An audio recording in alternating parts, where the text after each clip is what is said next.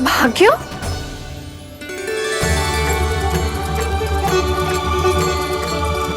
कान्हा? एक तो चोरी की और ऊपर से मूर्ख बना के भागो। ये ठीक ना है, मुझे यशोदा जीजी को बताना ही होगा, और वो भी इसके घर पहुंचने से पहले।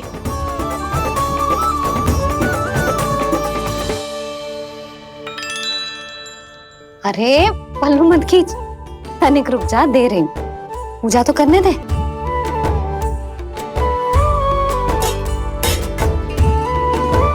ले, अब जितना मन करे उतना प्रसाद खा।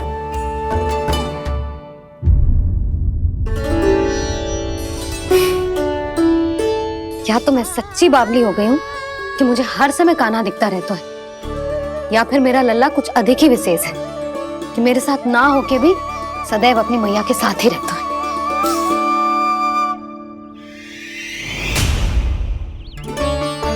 आज तो कैसे प्राण बचे, नारायण ही जानते हैं। मैं तो पाऊ को सिर पर लेके ऐसे सरपट भागो कि पूरे गोकुल में बड़ बोले। इस समय तो बड़ी बड़ी मत हाको, पर असली लाभ तो वानर महाराज ने उठाया है। पूरी की पूरी मटकी अकेले लेके निकल लिए। ये हमारी प्रतीक्षा कर रहा था ताकि हम माखन बांट सके। हमारे साथ ना दाऊ, उनके साथ।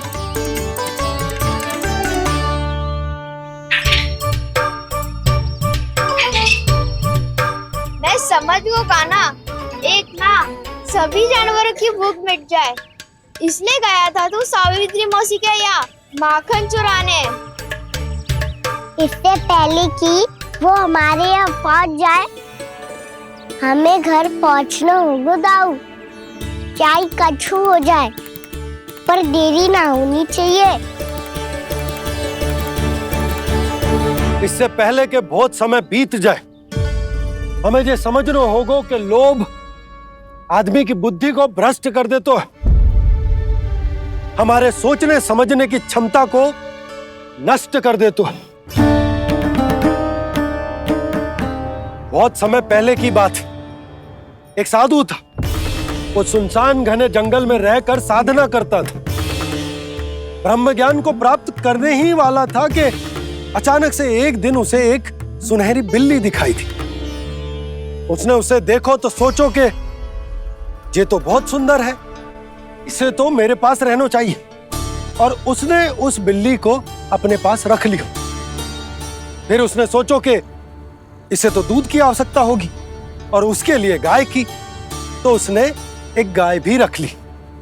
अब गाय को चारे की आवश्यकता होगी और चारे के लिए भूमि की। नारायण की कृपा से भूमि का प्रबंध भी हो गयो। अब भूमि को जोतनो है, चारा उगानो है, चारा काटनो है, और उसे गाय को खिलानो है। गाय को खिला के उसे दूध निकालनो है, और दूध निकाल के बिल्ली को पिलानो है। कार्य बढ़ गो। अब उसे लगो कि सहायता के लिए 2 जोड़ी हाथ और होने चाहिए, तो उसने विवाह भी कर लियो। कुछ समय बीतो और संतान हो गई, और उसे एक बड़े घर की आवश्यकता अनुभव हुई। इसी प्रकार धीरे धीरे लोभ ने उसे अपनी छाया में ले लिया, और वो नारायण की साधना कर ब्रह्म ज्ञान को पाने के अपने परम लक्ष्य को भूल गो। फिर अनेक वर्ष बीतने के पश्चात उसकी अपने गुरु से भेंट हुई। पहले तो उन्होंने उसे पहचाना नहीं, और पहचानो तो उनने कही कि एक बार, बस एक बार अपने कर्तव्य से भटका था तू, और देख कैसे देखते ही देखते लोभ के जंजाल में गहरे ही गहरे धंसता चला गया। सोचो, कहीं उस व्यापारी को धन के लोभ में अपना वचन देकर आप सब भी जे ही भूल तो ना करने जा रहे। परिवार, घर द्वार, भोजन, सुख शांति, जीने के लिए आवश्यक जिस सब कुछ तो है आपके पास। इसीलिए मुझे चिंता हो रही कि जिस प्रकार उस साधु ने ब्रह्म ज्ञान प्राप्ति का अवसर गवा दिया था, आप सब भी इस लोभ में आकर अपना सुख चैन ना गवा दो।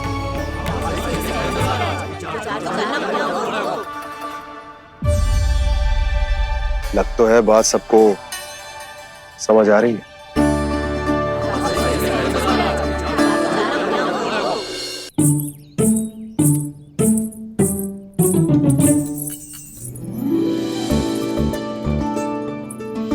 भाभी आसानी से ना मिलने देंगी कान्हा से, पर उसे देखे बिना रहा भी तो ना जा रहे हो मुझसे।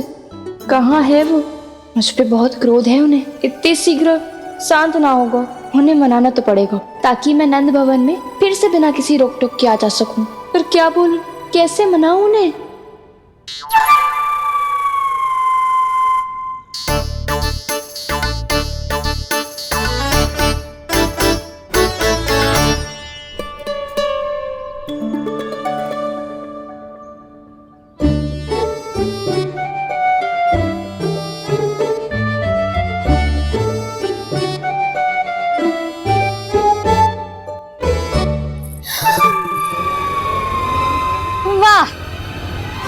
जिसने मेरे लल्ला पर चोरी का आरोप लगायो, वो ही आज मेरे घर में चोरी चोरी प्रवेश कर रही है। नाना भाभी, ऐसी कोई बात ना है, मैं तो बस ये देखने आई थी कि जसोदा भाभी का क्रोध शांत हुआ कि ना? सुन ले जानकी, मेरा क्रोध उसी दिन शांत होगा जिस दिन तू सारी गोपियों के सामने मेरे कान्हा पर लगाया आरोप वापस लेगी। चोरी करेगा तो आरोप ही लगेगा ना जीजी। फिर से आरोप? सावित्री, तू भी? कल तक मुझे ये थोड़ी पता था जीजी कि आपका कान्हा सच्ची में माखन चोरी में पारंगत है। आशा करता हूं कि आप सभी को नंदराज का विचार और संदेश सही से समझ आगो होगो।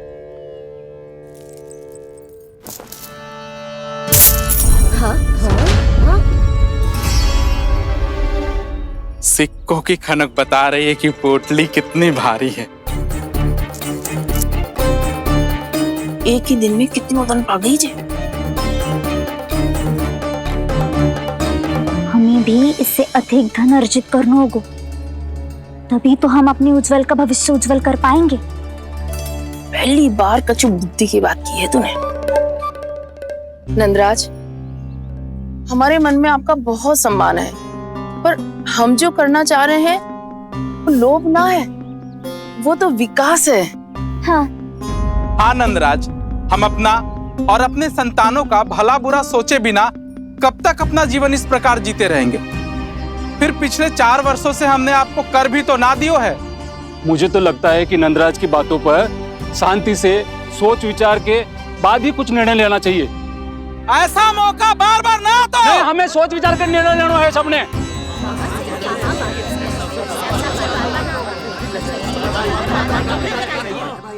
चोरी में पारंगत?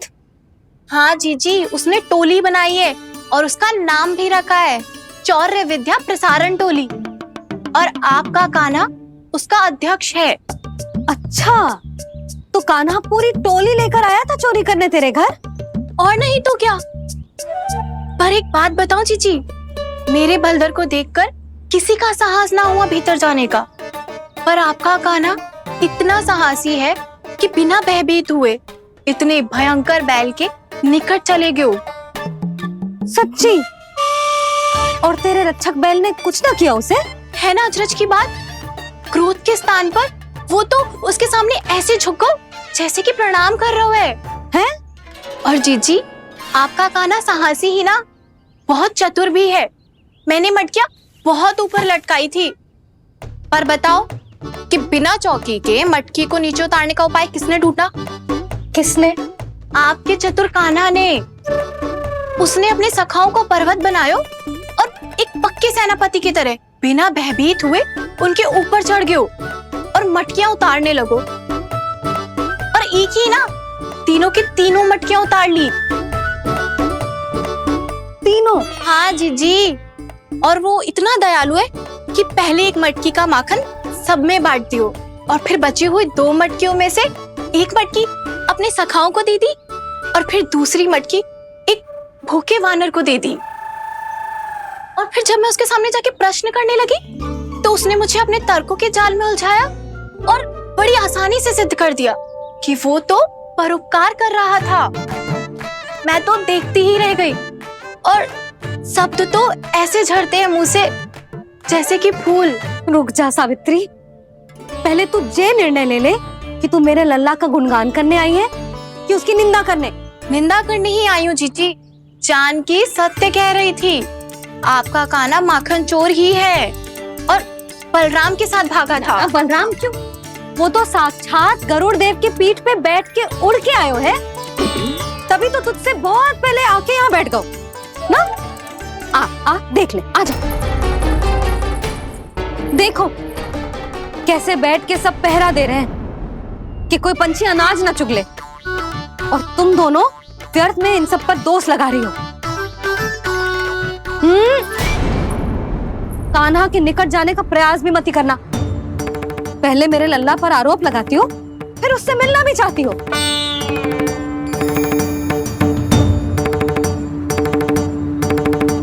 पर जीजी चोरी? अरे उसे तो चोरी का अर्थ भी ना पता होगा। तुम दोनों को नारायण का भय भी ना है क्या? हाँ, मेरे लल्ला पर आरोप लगाने से पहले तुम दोनों को लज्जा ना आई? हे नारायण, अब आप ही बताओ मैं क्या करूं। लग तो है किसी की घोर दृष्टि लगी है कि बार बार मेरे लल्ला पर आरोप लगते हैं। किसी की क्या, तुम दोनों की दृष्टि लगी है। या तो तुम दोनों मनगढ़ंत कथाओं को सत्य बताना छोड़ दो, या फिर कृपा करके मेरे घर आना बंद कर दो।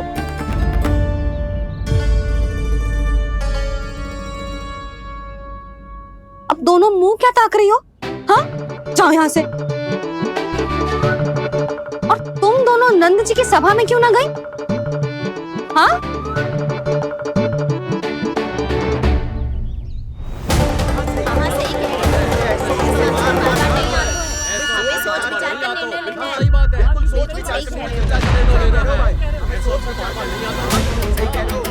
जी कौन?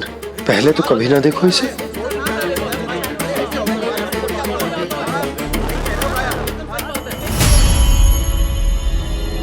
कहाँ को? बस करो।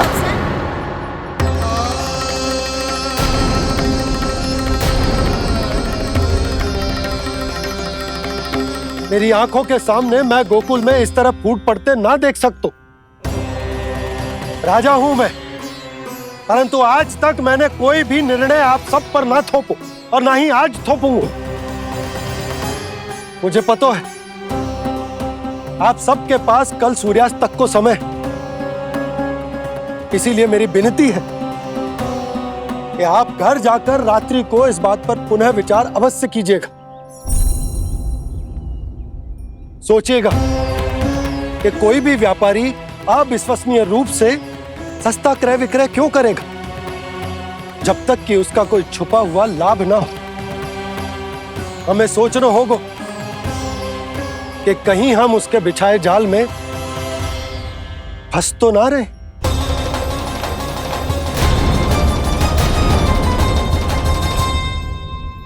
बच गए भैया, जैसे तैसे ही सही, पर समय से पहले पहुंच ही गए हो। सावित्री मौसी कनेक सी बात को इतना बड़ा चढ़ा के बोल रही थी जितना उज्जवल भी ना बोलतो।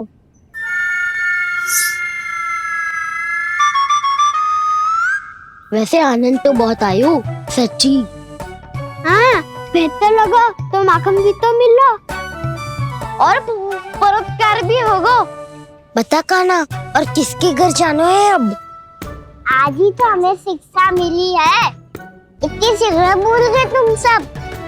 लोग के चक्कर में पड़ोगे तो फंसोगे। लोग के चक्कर में पड़ोगे तो फंसोगे।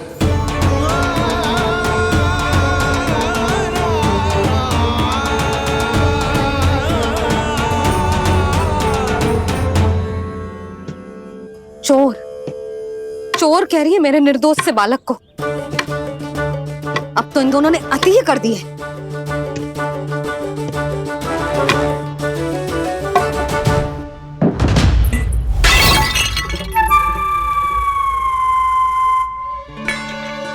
से भी अभी फूटना था, वैसे ही मैं इतनी चिंतित हूँ। कैसे समझाऊं इन गांव वालों को?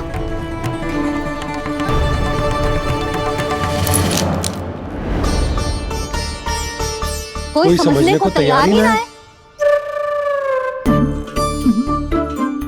लगता है सबकी बुद्धि भ्रष्ट हो गई है। सही कह रही हो यशोदा तुम। मुझे तो लगता है कि सोचना समझना ही छोड़ दिया सबने। अनेकों तर्क देके समझा दियो, सिद्ध कर दियो, पर इनकी मोटी बुद्धि में कछु आतो ही ना है। यशोदा तुम तो तर्क की कह रही हो, मैंने तो उदाहरण देकर समझाने को प्रयास किया, पर अपनी बुद्धि के आगे कछु ना समझ में आ रहा इन गांव वालों को। क्या सारे के सारे गांव वाले मेरे लल्ला पर आरोप लगा रहे हैं? जी क्या कह रही हो तुम? मैं तो गांव वालों की बात कर रहा हूं जो नारायण के नाम पर वचन देकर उस अपरिचित व्यापारी को अपने दूध, दही, घी, माखन सब देने को तैयार है। लो कर लो बात। मैं गोपियों की बात कर रही हूँ जो लल्ला पर माखन चोरी का आरोप लगा रही हूँ। और आज तो सावित्री ने भी लल्ला को माखन चोर कह के पुकारो है।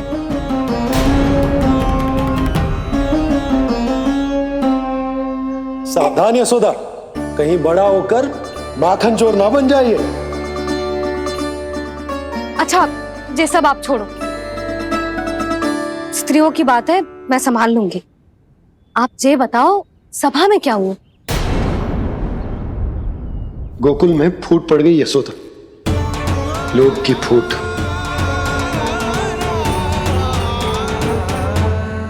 अरे रुको रुको रुको, व्यापारी जी रुकिए रुकिए। नंदराज ने प्रयास तो बहुत किया था व्यापारी जी, पर कुछ व्यक्तियों को छोड़ करके किसी के कान पे जूं तक नहीं रेंगी। इसका अर्थ फूट पड़ चुकी है लोभ की वजह से। बहुत ही शुभ समाचार लाए हो गुप्तचर। अब शीघ्र ही दिखेगा लोभ का चमत्कार।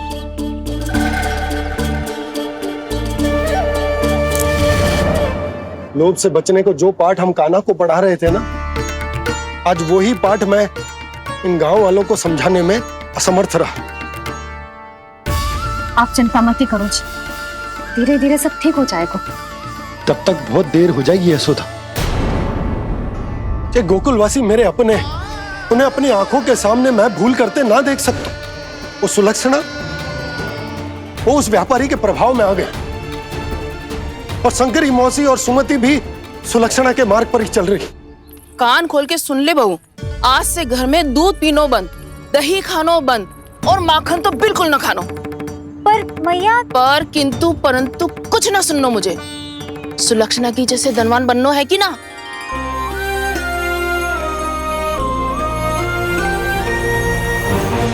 तो फिर जैसा मैं कहती हूँ वैसा कर, तभी तो अधिक से अधिक दूध, दही, माखन बेचकर अधिक से अधिक धन अर्जित कर पाएंगे हम।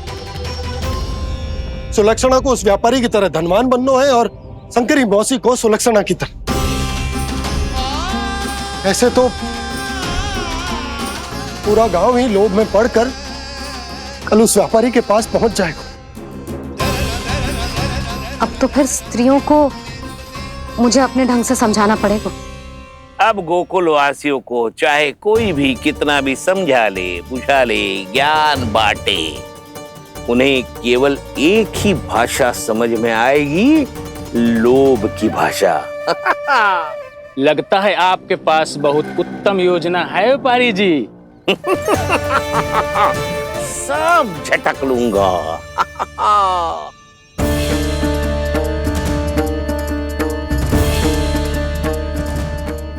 आपको क्या लगता है प्रभु, मैया के समझाने से गोपियाँ समझेंगी?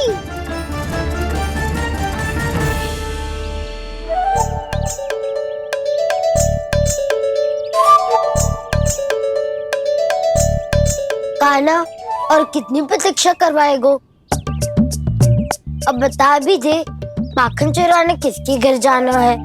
इतना आसान ना है निर्णय करना, समय लगता है, सोच विचार करना पड़ता है। पर ये निर्णय किया कैसे जाए पता है मुझे। लगता है ये निर्णय करना पड़ेगा कि बजना कैसे?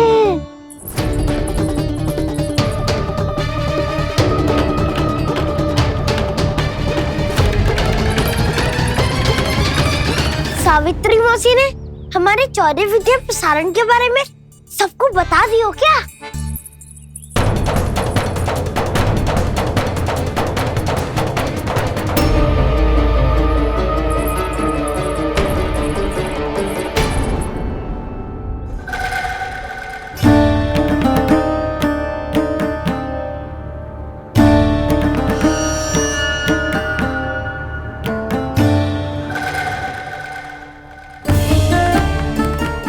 शीघ्र आओ, छोटी माँ बुला रही है।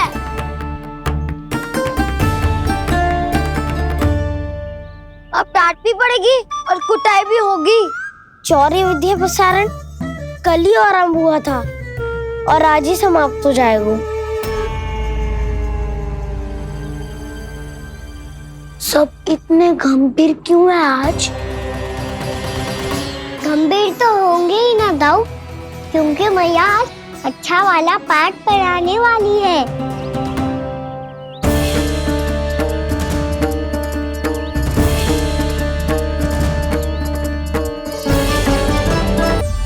आ गए तुम दोनों? चलो आओ बैठ जाओ। जशोदा जी बता तो दो, सवेरे सवेरे क्यों बुलाया है हम सबको? रुको, इतनी शीघ्रता क्या है? पहले इन बालकों को कुछ खिलाने तो दो। अभी खेलने निकलेंगे ना, पूरी दोपहरी दिखाई ना देंगे।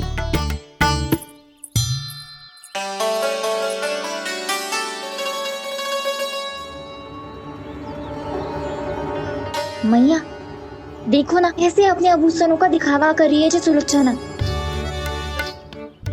चिंता मत कर बहू, शीघ्र ही हम इससे अधिक आभूषण और इससे अधिक उत्तम वस्त्र पहन के घूमेंगे।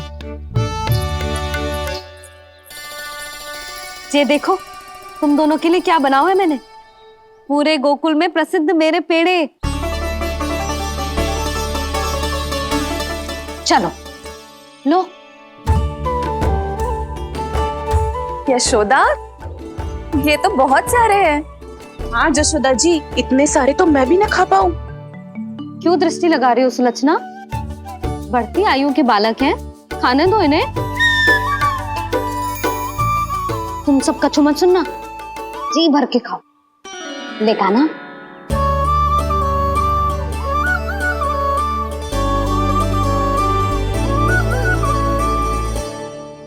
हे नारायण, मैंने अपने कान्हा को जो सिखाओ है, बस वे उसे स्मरण रखें और उसका पालन करें।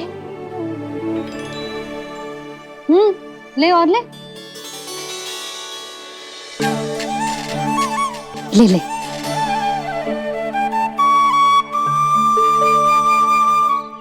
आज तो एक के बाद एक पेड़ मिल रहे हैं, वो भी बिना रोक टोक के।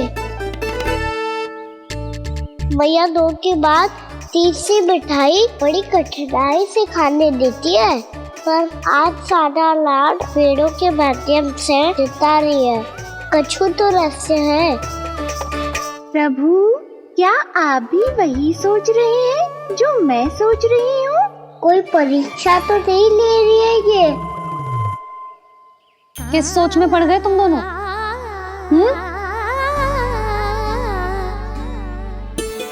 खाओ ना।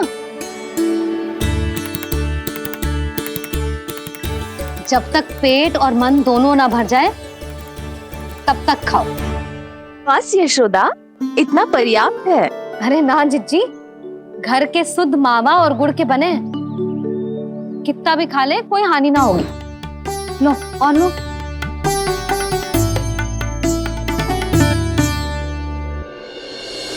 प्रभु, परीक्षा ही है ये तो खाए जा रहा है। कहीं मेरी दी हुई सीख फूल तो ना खाओ, सारा खेल बिगड़ जाएगा। सदैव स्मरण रखियो लल्ला, लोग बहुत भयानक होते हैं, बहुत भयंकर। जो एक बार हमारे मन में प्रवेश करके हमें भीतर से ही जकड़ लेते हैं, इसके कारण हम अधिक से अधिक और अधिक से अधिक पाने की इच्छा करने लगते हैं। क्या हुआ कान्हा, रुक क्यों गए?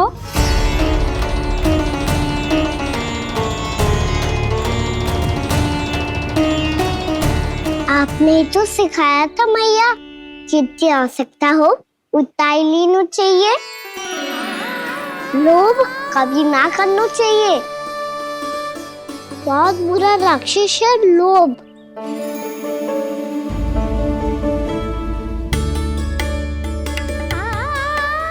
थोड़ा और खाने में कोई बुराई ना है कान्हा, ले ले। ना मैया, लो मैं अधिक खाऊंगा तो फिर पेट पकड़ के बैठना पड़ेगा।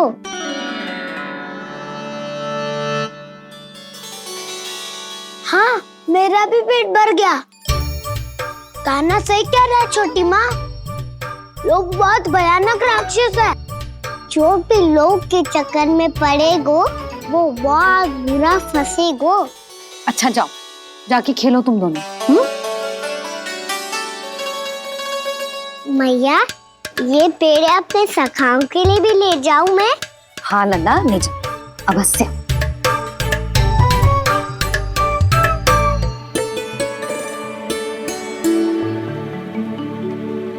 देखो, जो बात इन नन्हे से बालकों को भी समझ में आ रही है, वो तुम सबकी समझ क्यों ना आ रही?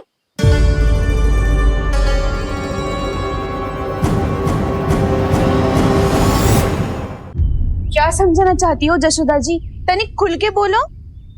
जब बसंता खाने के बाद भी हलवा खाने का हट करतो है तो उसे मना क्यों करती है? इसीलिए ना, ताकि स्वाद के लोभ में उसका स्वास्थ्य ना बिगड़ जाए। और उज्जवल, जब भरी दोपहरी में बाहर खेलने का हट करतो है तो तू उसे मना क्यों करती है? इसीलिए ना कि खेल के लोभ में उसे लू ना लग जाए। हाँ, और पुराण पढ़ना तो अच्छी बात है ना। तो श्री रामा जब रात में दीप के प्रकाश में पुराण की कथाएं पढ़ना चाहते है तो क्यों मना करती है? उसे बता। ताकि कथाओं के लोभ में उसकी दृष्टि खराब ना हो जाए जीजी। तो इसका अर्थ तो यही है ना कि लोभ चाहे पेड़ों का हो, चाहे पुराण की कथाओं का हो, या फिर अधिक धन अर्जित करने का हो, लोभ सदैव हानिकारक ही होता है। जे बात तुम ही सब ना समझोगी तो अपने बालकों को कैसे समझाओगी? बोलो। हम सबकी मैया यहाँ क्यों आई है? डांट पड़ी क्या? चौरी विद्या प्रसारण टोली के बारे में सबको पता चल गो क्या? चिंता के चने चबाना छोड़ो और ये पेड़े खाओ। भीतर और भी गंभीर समस्या पे चर्चा चल रही है। कैसी समस्या? लोग की भयानक राक्षस की समस्या। व्यापारी जी, नंद जी ने कल सभा बुलाई थी और आज रानी यशोदा जी ने सारी स्त्रियों को अपने घर पे बुलाया है। तो आपको नहीं लगता कि हमें कुछ करना चाहिए? करना तो चाहिए गुप्तचर। सबसे पहले हमें हाट जाकर गोकुल वासियों की प्रतीक्षा करनी चाहिए। सूर्यास्त से पहले वो सारे मूर्ख वहां आने वाले हैं, मेरे सामने नारायण के नाम का प्रण लेने। उन्हें चाहे कोई भी कितना भी समझा ले बुझा ले, उससे कोई अंतर नहीं पड़ेगा गुप्तचर। हमारा वास्तविक धन क्या है? दूध, घी, दही, माखन, यही ना? हाँ, तो श्री नारायण की कृपा से तो हमारे पास इसकी कोई कमी ही ना है। तो हम सब तो पहले से ही धनवान हुए ना। तो फिर जे गोधन अपने परिवार और संतान में बांटने के बाद जो भी बचतो है वो तो हाट में बिखी जातो है ना। तो फिर मथुरा के किसी अपरिचित व्यापारी के साथ माथा फोड़ने की क्या आवश्यकता है? जशोदा जी, हम आपकी और नंदराज की चिंता समझते, पर इसकी कोई आवश्यकता ना है। कुछ उल्टा सीधा नहीं करेंगे हम। विश्वास रखो जशोदा, हम जो कुछ करेंगे समझदारी से करेंगे। लोभ में आके कोई निर्णय नहीं लेंगे हम लोग, है ना? हाँ। अच्छा, अब चलती हूँ। बुलावे की सूचना पाके सब कार्य ऐसे ही छोड़कर आ गई थी।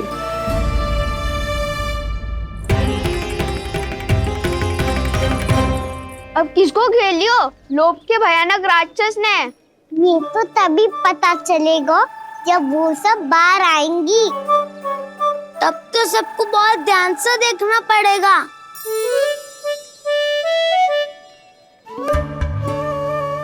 देखना तो पड़ेगा दाऊ, तभी तो पता चलेगा माखन चुराने किसके यहाँ जाना है।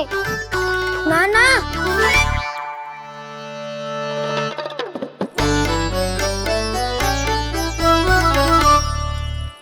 लोग का राक्षस तो उनके पास दिख ना रहा है।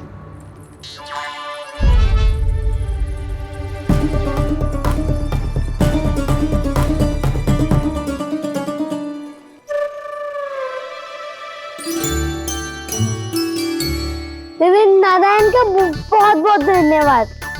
कान्हा, मेरे मैया को घेर रहे है क्या उस राक्षस ने? यशोदा भाभी और नंद भैया कितने चिंतित थे ना। पक्का कछु ना कछु कारण तो अवश्य होगा। हाँ, मुझे भी सच लग रहा है कि धनवान बनने के चक्कर में मैं तनिक ज्यादा ही लोभ में पड़ गई थी। नहीं, बस गए। और मेरी मैया दादी, उनका क्या गाना? बहू, सुलक्षणा की जैसे ढेर सारा धन कमाने के चक्कर में लोभ में तो ना आ रहे ना हम। हे नारायण, बहुत कृपा है आपकी। लगता है लोभ का राक्षस किसी को अपनी चपेट में नहीं ले पाया। लेता भी कैसे दाऊ?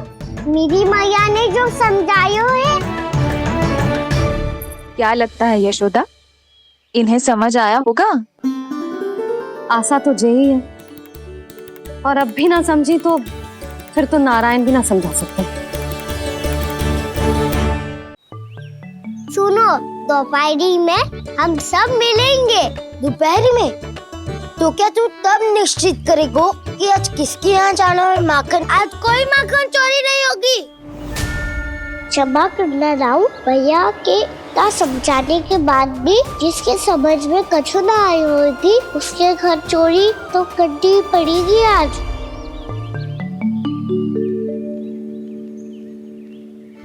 व्यापारी जी, सारी स्त्रियां एक साथ यहीं आ रही हैं। मेरे चक्रव्यूह में फंसने की इतनी शीघ्रता कि संध्या तक भी नहीं रुक पाई।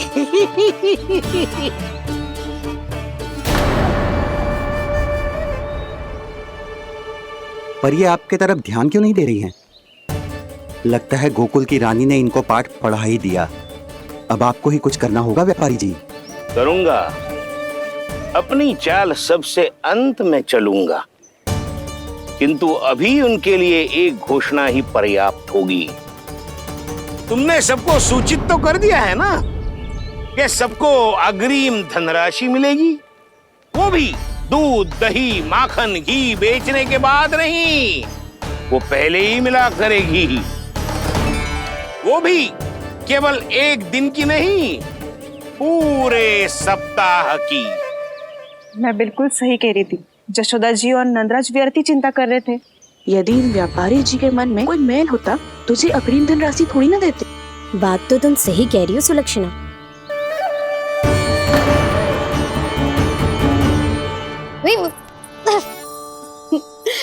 कितनी शरारत करते हो तू? काजल लगाने दे मुझे। भैया, पहले मुकुट लगाओ ना।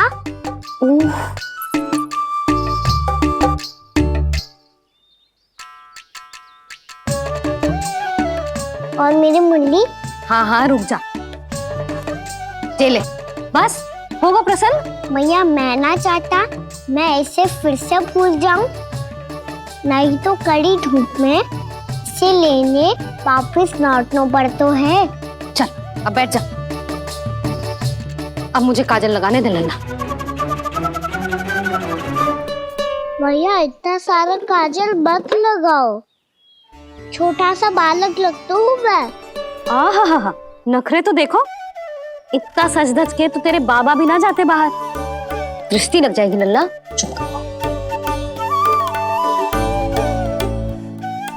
उनको तो आ सकता ही ना है भैया, वो तो गोकुल के राजा है। वैसे भी मुझे भी कम मत समझो, मैं भी राजा हूँ अपनी टोली का। कौन सी टोली? अपनी। ये क्या कर रहे हैं प्रभु? बता, कौन सी टोली? बालों की टोली मैया, मारी खीर वाली टोली का।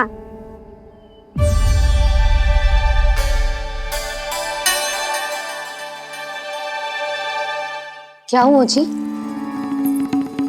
देखो जी, आप इतनी चिंता मत ही करो। आप गोकुल के राजा हो और जे बालकों की टोली का राजा है। तो मैं भी जसोदा हूँ, मैं कोई कम थोड़ी ना हूँ। मैं भी गोकुल की स्त्रियों की रानी हूँ। मैंने सबको समझाओ है, सब समझ गई हैं। उपनंद भैया से बात करके आ रहा हूँ अभी। पता चलो है कि उस व्यापारी ने अग्रिम राशि का लोभ दिया है सबको। मुझे ना लगता तुम्हारे समझाने का कोई लाभ हो। अभी तो ये सब समझ के गई, बोल के भी गई कि अब उस व्यापारी के फेर में ना फंसेंगी। इतनी शीघ्र पलट गई। इन सब में अपनी बुद्धि ना है क्या? जब कोई विकार मन में बस जाता है ना यशोदा, तो सूझबूझ सब समाप्त हो जाती। तो मुझे ही कच्चू करना पड़ेगा। मैया मैं जाऊं? हाँ तू जा।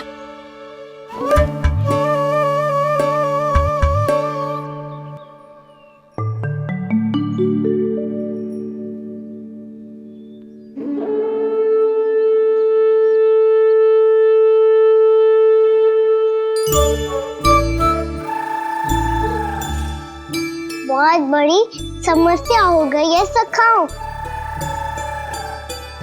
कैसी समस्या? लोभ का भयानक राक्षस कहीं ना गयो, वो अभी भी यही है। मुझे पता था, और इसका सबसे अधिक प्रभाव तो मेरी मैया और दादी पर ही हुआ है। तुम सच कह रहे हो उज्जवल? हाँ। अरे कछु ना बलदाऊ, जे बड़ बोला तो ऐसे ही बात करते रहेगा बड़ा चढ़ा के। बड़ा चढ़ा के नहीं बोल रहा हूँ मैं। आज से घर पे दूध दही माखन घी सिर्फ एक बार ही मिलेगा। पर क्यों? ताकि अधिक से अधिक दूध दही माखन घी बचाकर उस व्यापारी को 2 गुना मूल्य पे बेचा जाए। इतने से तो काम ना चलेगा। उस सुलक्षणा से, और मैं तो कहूँ सुलक्षणा से ही क्यों, पूरे गोकुल में सबसे अधिक धनवान बनना है तो और माखन जमा करना पड़ेगा। हाँ हाँ मैया, लाओ मैं इसे ऊपर रख देती हूँ। चोरी चुपके से खा तो ना जाएगी ना? तेरी घबराहट बता रही है कि घर से निकलने से पहले तूने थोड़ो माखन तो खायो है। सच्ची बोल। ना ना मैया, मैं क्यों माखन खाऊंगी? मैं भी तेरी मैया हूँ लाली, माप के रखो तो मैंने।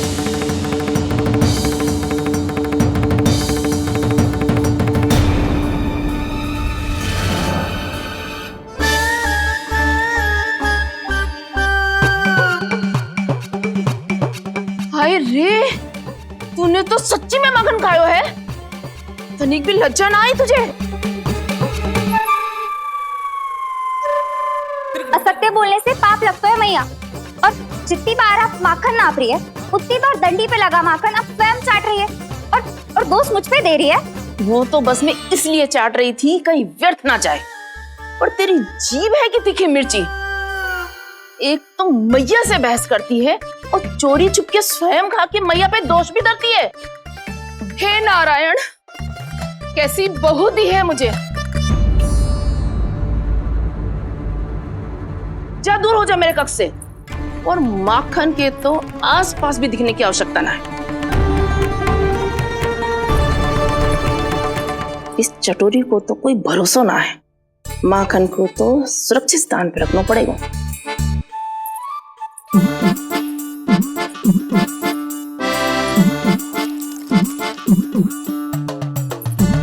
यदि बहू ने अब मटकी उतारने को प्रयास किया तो अचानक पानी गिर जाएगा और घबरा के वो चिल्लाएगी और मुझे पता पड़ जाएगा।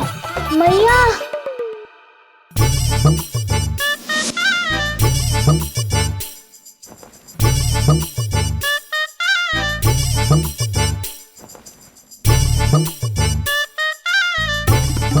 ये माखन तो मैं किसी को छूने भी ना दूंगी, तभी तो बनूंगी धनवान, बहुत धनवान।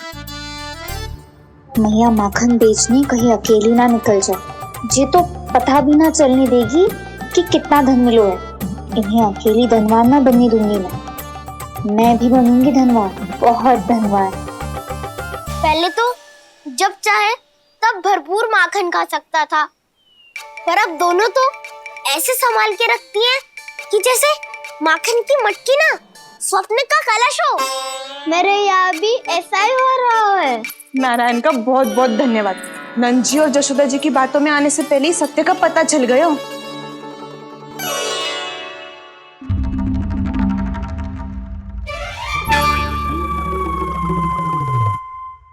ये इतना सारा माखन। दृष्टि मत लगा, पेट पे पट्टी बांध के रात रात भर भूखा रह के बड़ी कठिनाई से माखन इकट्ठा किया है जे। तो क्या आपने निर्णय ले लियो है कि आप उस व्यापारी को वचन दे दोगी? अरे जब द्वार पे साक्षात लक्ष्मी जी हो तो द्वार बंद ना करते बावली। तू अभी छोटी है, मैं तो कहती हूँ तू भी अपने भविष्य के बारे में अभी से सोचना आरंभ कर दे। कटौती तो मेरे घर पे भी आरंभ हो गई है काना। वो मैया ने कहा है या दूध चाहिए या दही चाहिए या माखन चाहिए, जो भी चाहिए एक ही बार मिलेगा।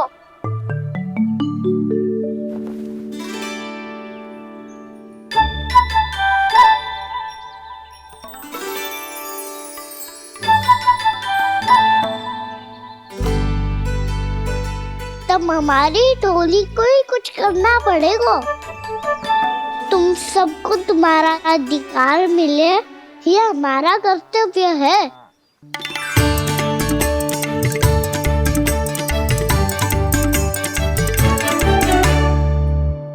अब हम कछु ना कर सकते यशोदा। यदि अब मैंने उन्हें रोको तो उन्हें लगेगा कि मैं उनसे उनकी उन्नति का अधिकार छीन लूं। दूध दही माखन पे सबसे पहला अधिकार बछड़ों का होता है, फिर घर के बालकों का, और ये अधिकार हमें दिलाना चाहिए, है ना दाऊ? मैं सब समझता हूँ कान्हा, तुम मुझसे इसलिए पूछ रहे हो ताकि तुम माखन चोरी की योजना बना सको, पर मैं तुम्हारा समर्थन नहीं करूँगा। पर दाऊ ना, पिछली बार तुमने ही कहा था ना कि हम ये चोरी केवल वानर महाराज की सहायता के लिए कर रहे हैं। लो, वानर महाराज भी आ गए हमारा साथ देने। आज कोई किसी का साथ नहीं देगा, आज कोई किसी